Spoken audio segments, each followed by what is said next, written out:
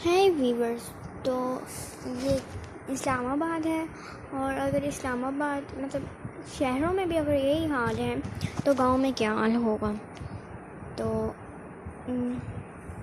ये हमें देखना चाहिए। देखें, गाड़ियों को ऊपर तक भर गया है, लोगों के घुटनों तक का पानी आ रहा है, बल्कि घुटनों से भी ऊपर पानी आ रहा है। ऐसे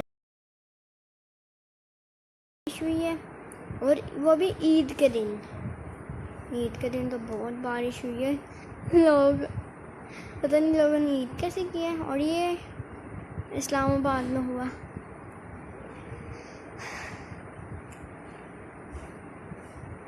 बहुत बारिश हुई है यहाँ तो। अब देख